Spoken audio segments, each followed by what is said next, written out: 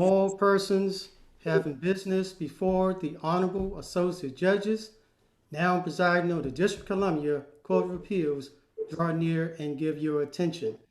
God save this United States and His honorable court. This honorable court says, please come to order. Morning, everyone. Welcome to the DC Court of Appeals remote oral arguments, which are being live streamed on YouTube. This division of the court has one matter on this morning's argument calendar, and that is Torcelle versus State Farm, number 19 CV 1188. I will hear first for counsel for appellant. Good morning, Your Honor. I would like to reserve 3 minutes of my time for rebuttal. May it please the court. My client, Carolyn Torcelle, has sued State Farm Fire and Casualty Company for egregious violations of the DC Consumer Protection Procedures Act, most notably in their lowballing and stonewalling of a claim that she filed with them after a fire at her home in November 2017. State Farm would have this court dismiss Ms. Torcelle's CPPA claims on grounds that they are duplicative of a breach of contract claim that she also filed. Nothing could be more erroneous as a matter of law. Mr. Lyle, let me ask you a question about lowballing and stonewalling. Yes, sir. It appears that you are correct in saying that the trial court did not address lowballing and stonewalling as an unfair or deceptive trade practice. Yes. Can you explain how that happened? No, sir. I was surprised. I was expecting a ruling on it, and it didn't happen. And so we are assuming that the matter is now before this court as a matter of initial impression.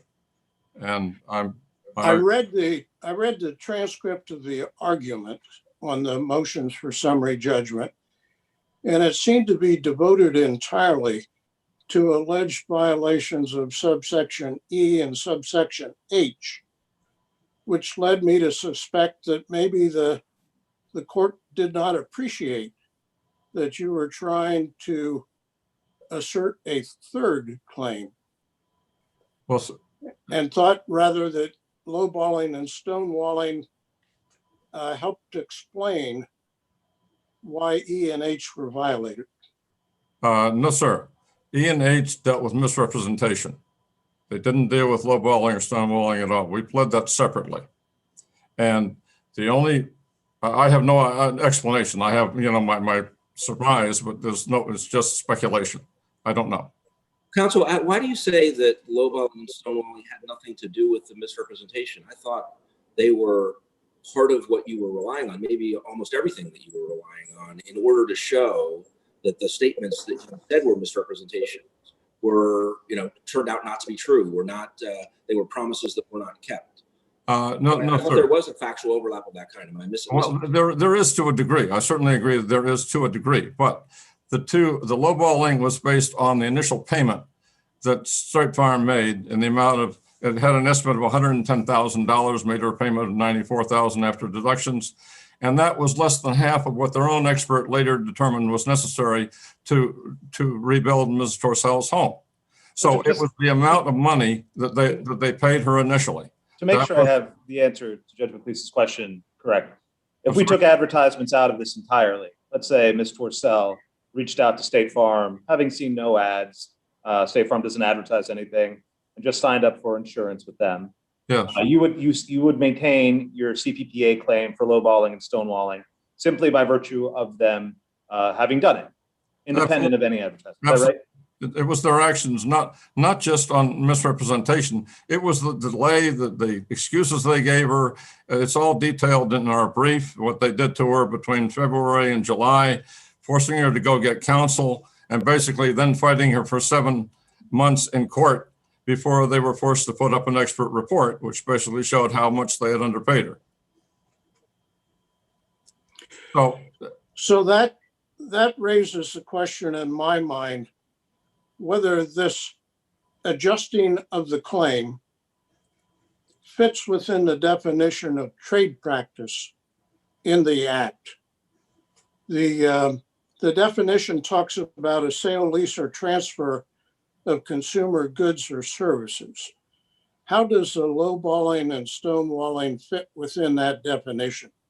Well, the State Farm is in the business of selling insurance policies and implementing them, basically, when a claim is filed.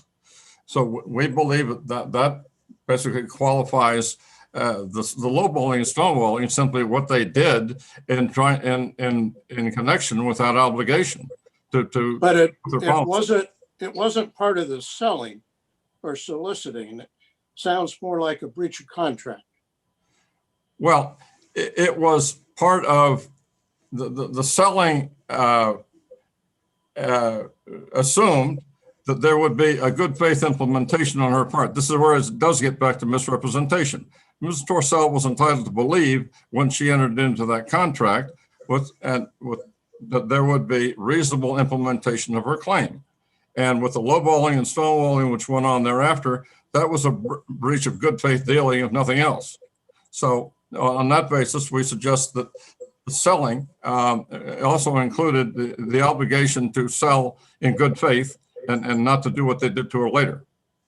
But what's to say they didn't sell in good faith, and then on the back end had an internal snafu, a bad adjuster, somebody, they didn't.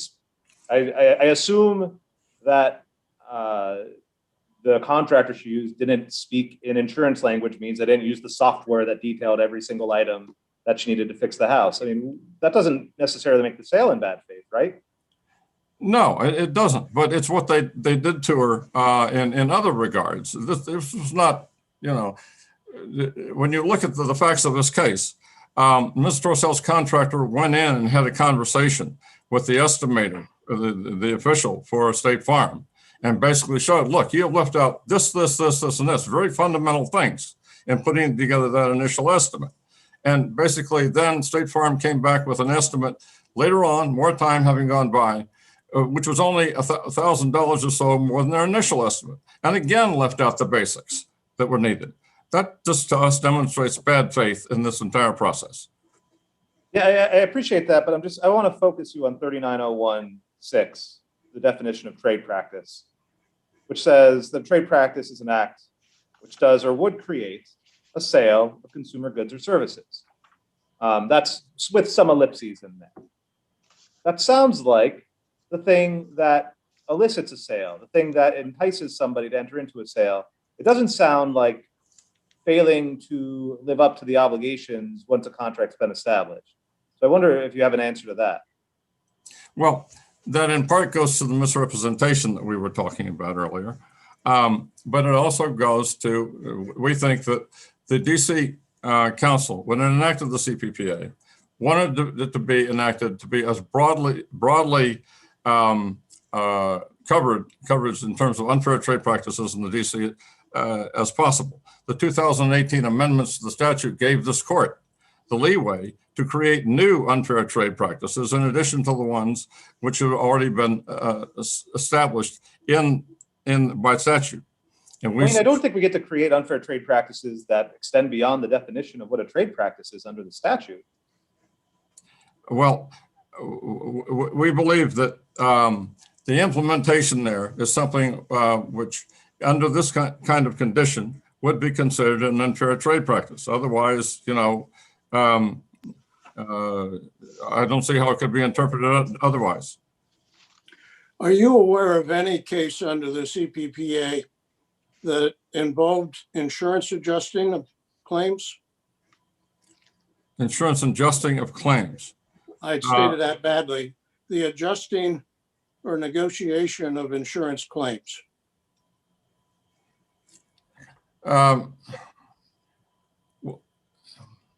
Yes, I do. And the one that the State Farm relies on, Matthias versus Care First, is one which involved an extensive negotiation back and forth before that claim was brought to court. That's what that case shows.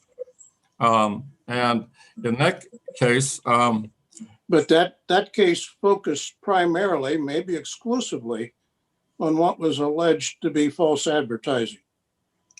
No, sir, it did not. In that case, the plaintiff presented a variety of common law counts.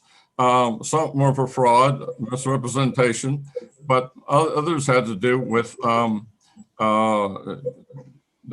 way the case had been handled. And the court in that case basically threw out all the counts for having been inadequately pled. Let me ask you a different question. The trial court was very interested in getting you to explain what damages you still had suffered. Yes. That had not yet been compensated. Yes. Do you think the CPPA allows the payment of damages for pain and suffering? Yes. I don't see why it shouldn't. And what makes you think that?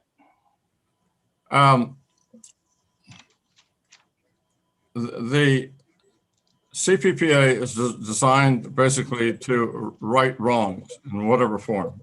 And it doesn't present any limitation on the kinds of damages for which a claim can be presented. So, well, one portion of it does. Section 3905K talks about a specific kind of claim and says actual damages shall not include pain and suffering. And I'm wondering whether that's limited to that particular kind of claim or whether it's a statement about the act as a whole. We don't consider it a statement about the act as a whole because we think any kind of interpretation like that would be grossly unfair and inconsistent with the purposes the DC Council has enunciated for the CPPA. It's designed to make plaintiffs in those cases whole without, as I was going to point out, having to meet many of the pleading and proof requirements that are required at the common law. It wasn't designed to make it more difficult from them by excluding, certain things from compensation. It was designed to relieve of the burdens that plaintiffs have traditionally encountered in bringing these kinds of claims to the courts. And that's why a CPPA claim is different from any kind of common law claim. The relief is different and the pleading and proof requirements are different. And that's why courts have allowed CPPA claims to proceed along with common law claims in at least 7 instances by my count since 1995, courts in this jurisdiction.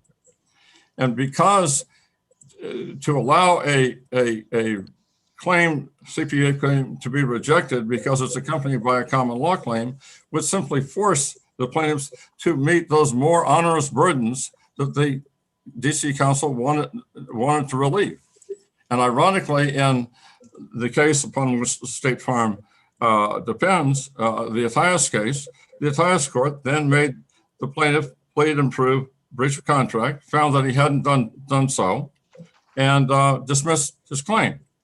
On appeal to the DC Circuit, the trial court was reversed. In that case, the trial court has now been reversed twice, and from what I can see, at least 2 months ago, the matter is still not out of the pleading stage. So we consider that there is no basis in Athias for State Farm's position.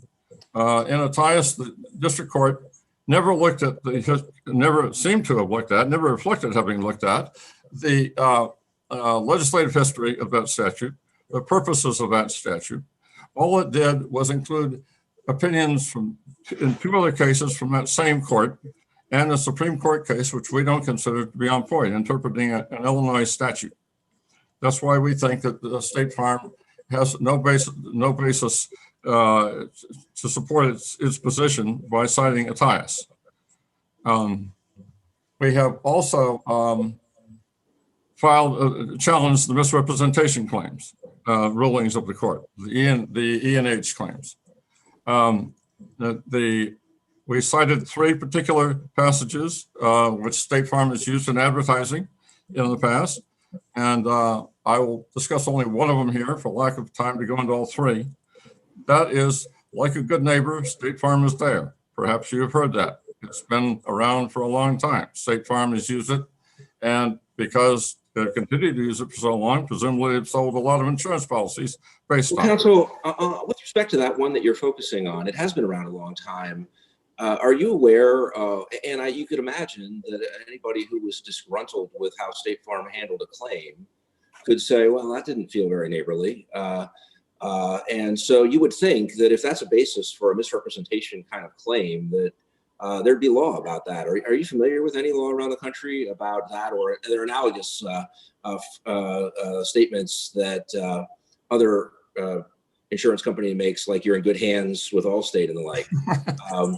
Are you familiar with any case that has held that kind of general advertising, insurance advertising slogans like that can be a predicate for a misrepresentation type action?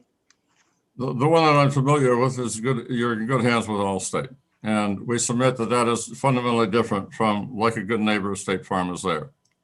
The reason for that is we consider that to be a statement of general statement of optimism and superiority, which is one of the criteria for determining whether a claim is puffery or not. And in this case, like a good neighbor, State Farm is there is not a statement of optimism. It's not. Well, it's obviously figurative. I mean, nobody thinks that State Farm is going to move next door to me or in my neighborhood. And there, you mean physically present? You mean kind of there for you? They'll be, they'll do well. Well, it's obviously you agree it's figurative. Nobody's thinking that. It's figurative, but not meaningless. It is figurative in the sense that they're not going to move in next door, but they are going to be there, meaning that they are going to come to your assistance through whatever methods that they have to get you the assistance to rebuild your property if you have a catastrophic fire there. Do you think I could argue? I mean, so I don't know what you think of a good neighbor as being. I would think a good neighbor would do more than what the law requires. I think if you're only not acting illegally towards your neighbor, you're like a bare minimum neighbor. So let's say that State Farm, I have a claim against State Farm and they do everything that's required, but I asked them to do some more and be nice to me. And they weren't. They said, sorry, we're going to do what the contract requires and no more.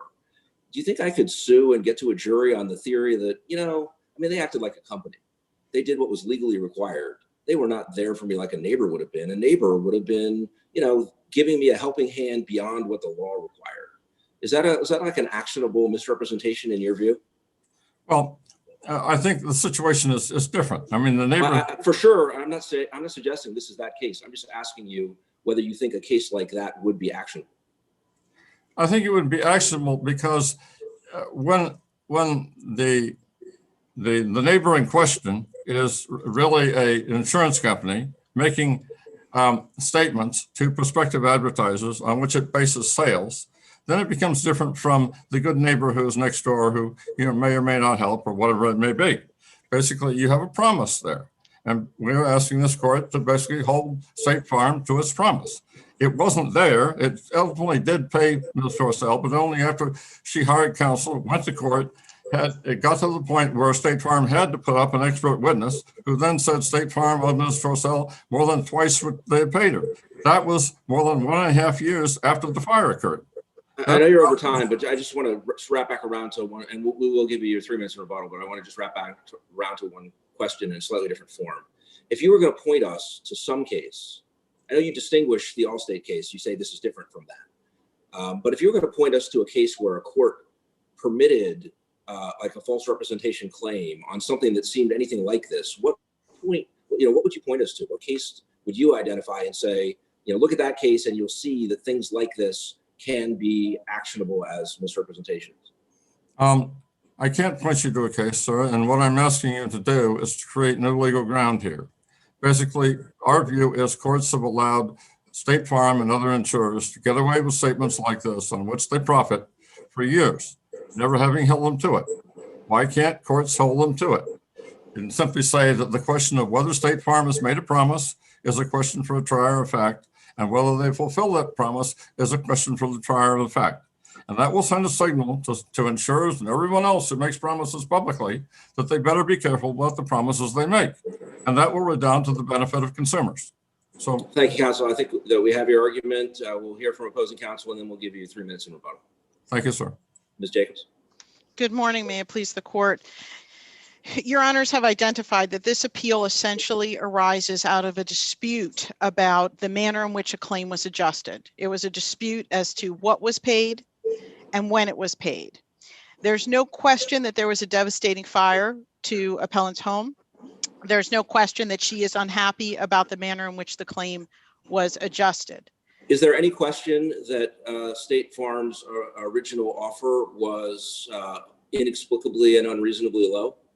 So, Your Honor, there's very much a dispute as to the way in which, as to the allegations by plaintiff, but we did not. I'm not asking about disputes about all the allegations about plaintiffs. I was asking a specific question about whether State Farm disputes that the original amount that it offered was inexplicably and unreasonably low. That's the question I'm asking about, whether there's a dispute about it. Sure, and I can't answer that question because of the way it's worded, Your Honor. You cannot answer it?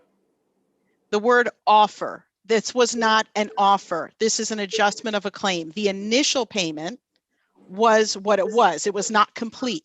The adjustment of a claim is a fluid process. It was the beginning. And so that's why I take exception. I get your point. Okay. But let me just ask you, and when State Farm offered it, when State Farm indicated a willingness to pay it, they paid it. Did State Farm indicate that this is an initial payment and is not our view about what the total amount due is? Yes, and then when, yes, Your Honor, and then when Ms. Torcelle's contractor presented his contract and the reconciliation process began, that's where there was a problem, because the contract that came in on, the adjuster went back to the contractor and said, here's what we don't see, the quantities, we don't see the materials you're using. There's no specification so that we can reconcile. And there was this back and forth, and there was this process. So that went on for how long again, counsel? I don't have the dates. The fire was in November of 2017. It was still going on when this suit was filed. And you're telling me that when this initial payment came in, it was not in the form of an offer, that Ms. Torcelle couldn't have said, all right, that's enough for me, I accept, and that would have been the end of it? Your Honor, the insurers can handle claims how they wish to. There was no intention. You took exception to it being called an offer. I assume it was an offer. I assume it was free to be accepted, and that would be the end of the process. You're telling me that if I go back and look at the offer letter, that's not going to be true? It's not an offer letter, Your Honor. It's a payment.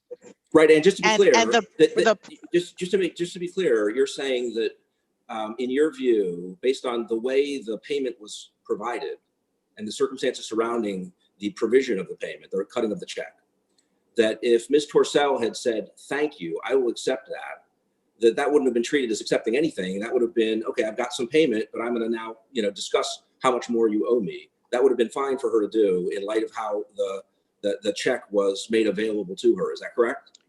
She could have. The letter itself, I believe, mentions that there's additional benefits available under the policy, that there's replacement cost available, and she can certainly make a claim for that. The policy itself talks about reconciliation and, your contractor.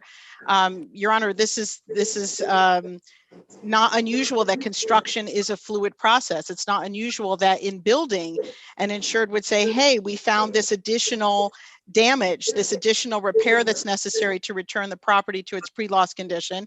The insurance company goes out. So I get that point. We'll have to look in the record, I guess, to see whether this, I didn't realize it was contested, that State Farm's original number was kind of presented as, this is what we think we owe you under the contract, under the insurance policy in toto. But if that's disputed, I'll go back and take a look, and I'll see and get better educated about that. But can I ask you about another aspect of it?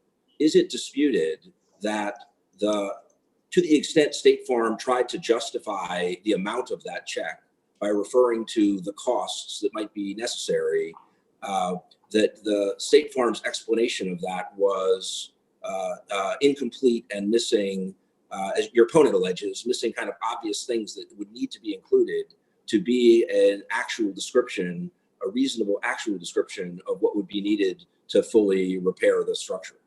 Is that disputed or not? Is that disputed or not disputed? There's no dispute that things like architectural fees and whatnot were not included. That's not an intent to deceive. That's because when they're presented, they will be paid. There's this underlying assumption of some malicious intent to deceive. And I think that, and again, that factually was not litigated because the allegations themselves established that it's these issues are part of the contract. But there was no release. There's no language on the check that says if you endorse this, you agree you're not getting anything else.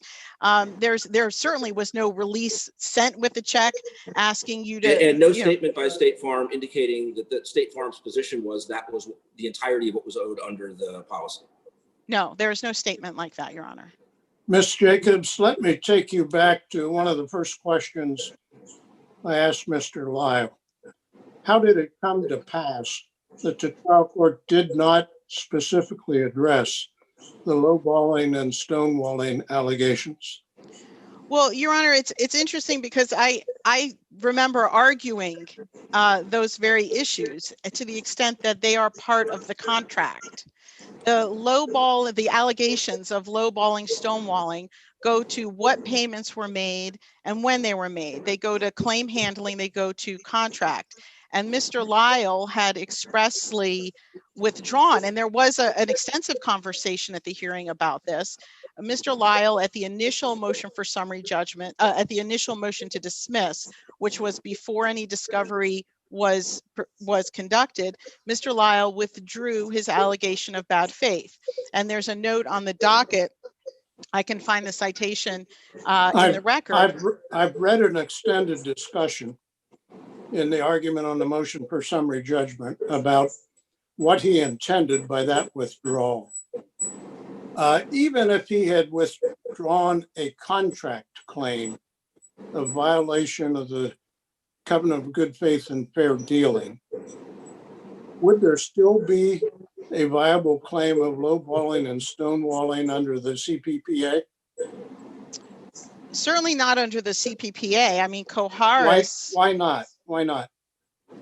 Because it's not an unfair trade practice. This is claim handling. Why not? I understand your argument that you can't do both contract and CPPA, but let's forget about that for a minute. What about the text of the CPPA would prevent a claim of lowballing and stonewalling? Well, it doesn't fall within the consumer definition, and I have to put my fingers on it. It doesn't fall within the definition as Judge Deal cited of an act that this statute is intended to protect.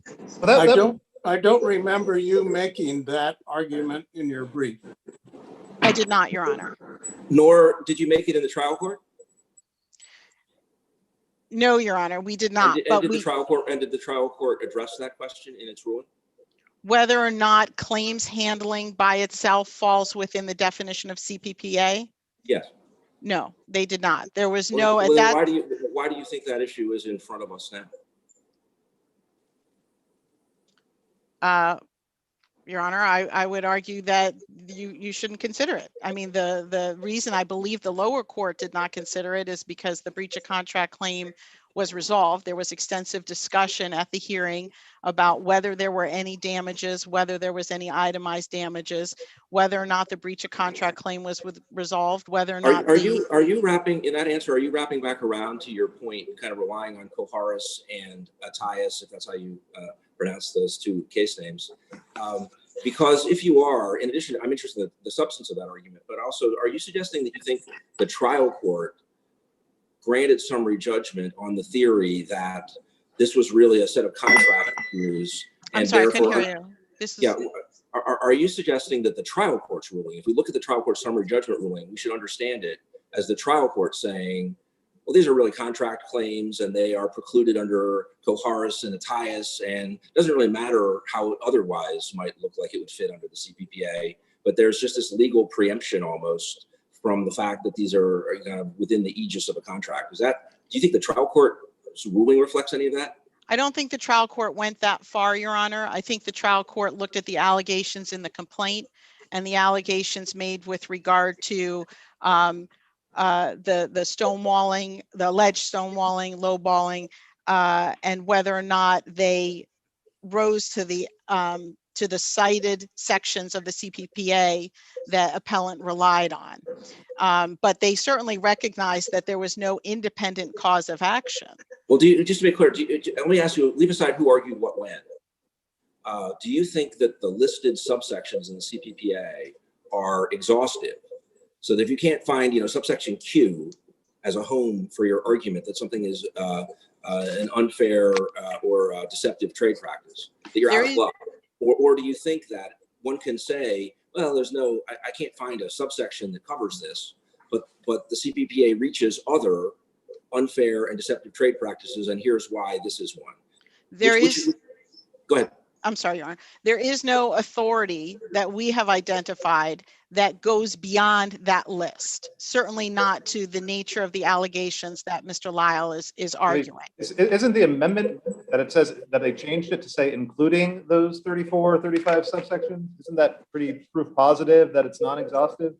Well, the amendment does say that. There is a case, Osborne v. Capital City Mortgage, that talks about the unlawful trade practices enumerated, but it speaks to whether there has to be another practice that's prohibited by statute or by common law. And the only statute there is no common law that Mr. Lyle is relying on. The only statute that he cited to is an entirely new argument that was not pled in the complaint and was not before the court. And that's the Unfair Insurance Trade Act.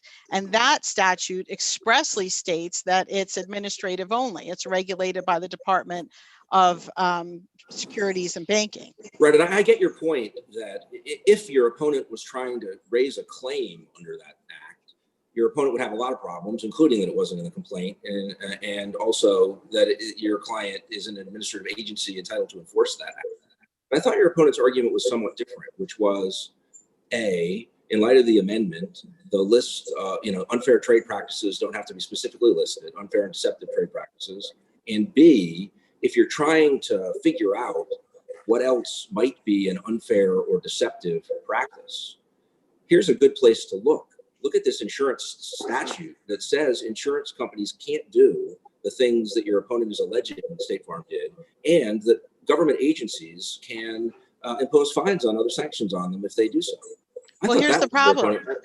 I thought that was your opponent's argument. Do you agree that's what your opponent's argument is? I agree that's what his argument is, but here's the problem with it. The Attias case says that even if there was an unlawful trade practice, if it doesn't go beyond the contract, it cannot state a cause of action under the CPPA. So in that case, you're right that the district court decision in Attias says that, at least with respect to intentional contractual violations, and the case that it relied on is broader. And you also rely on the Koharis case, but I guess I have trouble understanding whether that argument is correct. With respect to Koharis, whatever you might think about the interaction between contract and tort as common law doctrines, if something fits statutorily under the CPPA, what would be our authority for saying, oh no, it's true this looks like a CPPA claim, but it is impliedly preempted by the common law of contract? That seems like a remarkable doctrine. Well, the Koharis case didn't include a CPPA claim, but the Koharis court made clear that complaints arising from first-party claims involving the adjustment of an insurance dispute are within the realm of contract and contract only, unless there's some action beyond the contract. My point is why, if common law contract might cover such arguments, such claims, but then the legislature comes along and says, if X is true, you have a statutory remedy.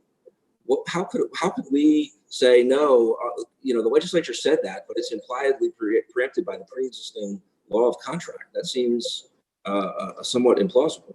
Well, here's the problem, Your Honor. The reason that it absolutely doesn't work is because the CPPA would essentially be rewriting every single insurance policy. If you had limits of 500,000 to rebuild a house, you now have 1,500,000 because under the CPPA you get treble damages. Why can't the DC council do that? I mean, you say that's a problem. So what? Pardon me? So what? I mean, who cares? I mean, why can't the DC council pass a law that does that? That rewrites insurance policies because It doesn't as a matter rewrite insurance policies. It holds you on the hook for more money as in deceptive trade practices. there is an avenue of relief that the legislature has created, and that is regulated by the Department of Insurance, Securities, and Banking. I understand. I'm just asking why they can't create another avenue. You say that's a problem as if that's a thing that's outside the DC council's power. And I just don't understand why you think that is. Well, they didn't, and this court has said in Okay, that's a different argument. They didn't, doesn't answer the question though. I mean, that's kind of the question that's being posed to you. The fact that there is a contract claim available or some other avenue of relief doesn't stop them from creating an additional avenue of relief under the CPPA, which I think is the question that Judge McLeese was posing to you. So, I mean, as a practical matter, it doesn't though. The legislature hasn't done that. And well, what let me this ask you court about said that. Let's follow that up because I mean, and this is less the Koharis point and more the Attias point, which is, you know, you really shouldn't, if there's a question of how to interpret the CPPA, you shouldn't interpret the CPPA as kind of taking over the whole field of contract. If there's a contract will govern, and CPPA should kind of live alongside contract. I mean, maybe I can see that as a possible way of interpreting the CPPA in pure theory. But if you look at the actual unfair and deceptive trade practices that are specifically prohibited under the CPPA, many of them would otherwise be, you know, right in the wheelhouse of contract. I mean, if you pick, you know, pass off goods and services as those of another, or represent that, you know, something has been. I mean, almost everything, many of the things that are in here would be breaches of contract. Your Honor, the Jacobson case is a perfect example to what you're talking about, because in that case, there was a contract. It was a sale of property contract. This is Jacobson versus Hofgard, Hofgard. And in that case, there was an action outside of the contract. And that is what formed the basis for a CPPA claim. Here, so there's just to be clear, let me just make sure. If I am a seller of goods, and I say, purchaser, I'm going to sell you some new parts, and here's the contract. I will give you new parts. You will give me $1,000. And in fact, those were not new parts. Which is Jacobson. That's a breach of contract, right? But the misrepresentation is outside of the contract. Well, for example, in Jacobson, they did a disclosure statement separate from the sale, and they said that is outside of the contract. What do you mean when you say outside of the contract? That was the contract said. Here, I mean, leave aside that there's no members. There's no discussion between the buyer and the seller other than the buyer comes in and puts down and says, I'd like to get some parts. And the seller says, here's our parts contract. And it says in there, you know, I promise I will give you new parts and you will pay me $1,000. In what sense is whether the parts are new or not outside the contract? It is the only place it exists is in the contract, and it is one of the focal points of the contract. So, as consideration of the sale, as consideration of what is being sold there, they're making a representation, and I would submit that would be part of the contract and would not fall to CPPA unless it falls within one of these specific categories of misrepresenting something. That's not what the appellant is alleging here. Here, the appellant is saying that there were these vague statements of optimism, which even based on Your Honor's discussion with counsel showed it was not capable of objective verification, and saying that somehow is a misrepresentation. That's entirely different than what Your Honor, his hypothetical, which is that there's a specific part, a specific object that is capable of verification. It's just an entirely different situation than what we have here. I mean, I understand the factual distinctions, but the broader idea that somehow the otherwise applicable scope of the CPPA is narrowed when the issue arises in the context of contract, I'm having a hard time understanding, I have to say. And I don't think, I mean, Koharis is about common law interaction among common law concepts. It doesn't really tell you what a legislature later can do or how to interpret what a legislature later has done. And, you know, I would have thought that whatever contract remedies someone might have, if they can look to the language of the CPPA and say, oh, I fit here, that they have a right under the CPPA to get relief, and that the, you know, common law contract doesn't preempt anything. It might be, it could be an overlapping, but to a degree distinct set of remedies. But Your Honor, there's no contract language here that is being alleged was misrepresented. This is a claim handling issue. Understood. And that claim is being handled under the contract, and there's no authority under the insurance industry to suggest that this falls a claim handling for payment. Again, your opponent's argument is the CPPA generally prohibits unfair and deceptive trade practices. Leave aside whether this is a trade practice definitionally. That's a different topic. And their argument is that's not exhaustive, and it is unfair and deceptive to, you know, promise in a contract that you will provide insurance benefits and then to unreasonably delay them, and to, I know you deny doing these things, but this is their legal claim, to unreasonably delay payment under that contract, and to make false or misleading, intentionally low offers to try to get people to accept them. And when they say, you know, by the way, that's not a crazy view about the idea that that's deceptive and unfair insurance practice, look to the UITA, which specifically says if you do that, insurance companies, you can be, administratively sanctioned.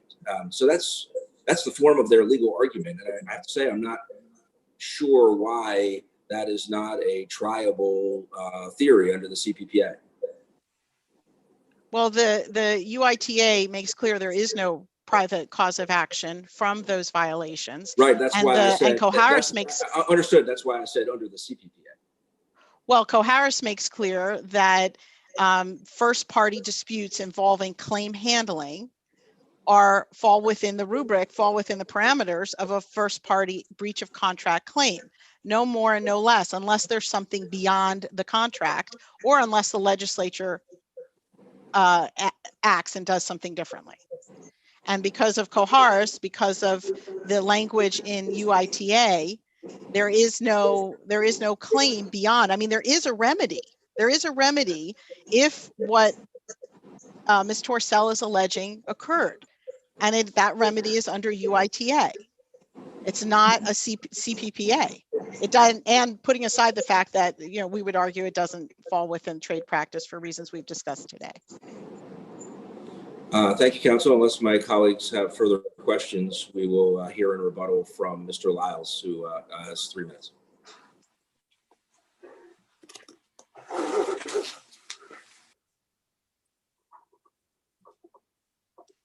You're on mute, counsel. You're still muted.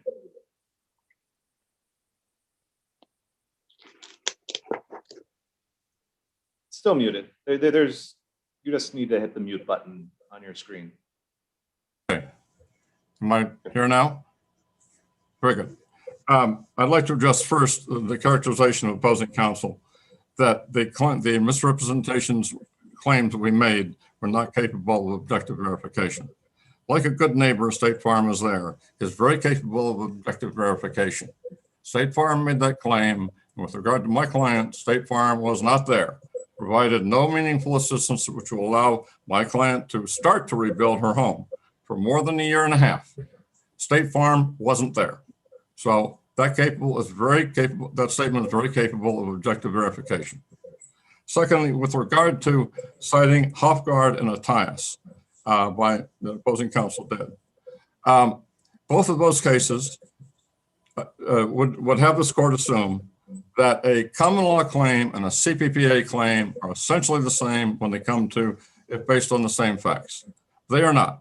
The CPPA is a different animal entirely. It's a different animal because the DC City Council wanted it to be a different animal, because it went in and provided relief, potential relief to plaintiffs, which is much harder to get under the common law. And it relaxed certain pleading and proof requirements, such as the relaxation of Rule 9B's requirement for particularity when pleading a fraud claim. It totally eliminated the requirement to plead and prove damages. So the Mr. Lyle, yes, sir. do you agree that not every claim for breach of contract states a claim for violation of the CPPA?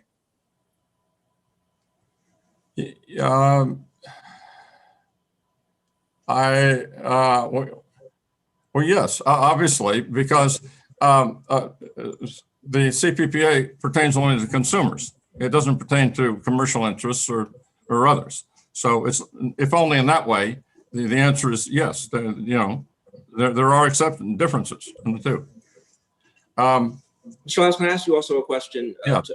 What your response is to your opponent's argument that the initial back and forth between State Farm and your client, including cutting a check, was not an assertion by State Farm that this was the total amount due under the policy. It was just kind of it was something short of that. It was partial payment or the beginning of a process, but it was never asserted by State Farm to be full payment of the amount due under the policy. Do you think that's true, or do you dispute that? And if you do dispute it, is there something you would specifically point us to? Yes, definitely. First of all, I don't have that letter in front of me. I'd have to go back and check on that specific wording. My impression is that the letter was written to give the impression that here's our estimate of how much we owe you, and here's our check. Didn't say anything but coming back to us or whatever. But even if that's wrong, Ms. Torcelle's, one of Ms. Torcelle's contractors did go back to State Farm, to the agent who issued that letter, and basically said, look, here are all the things you're missing in your estimate. 1, 2, 3, 4, 5, and so forth. And what did State Farm do? They then waited a little while and came back with another estimate, $1,000 more than their initial estimate. That tells me that this isn't an ongoing process. This is what State Farm is going to pay, and that's it.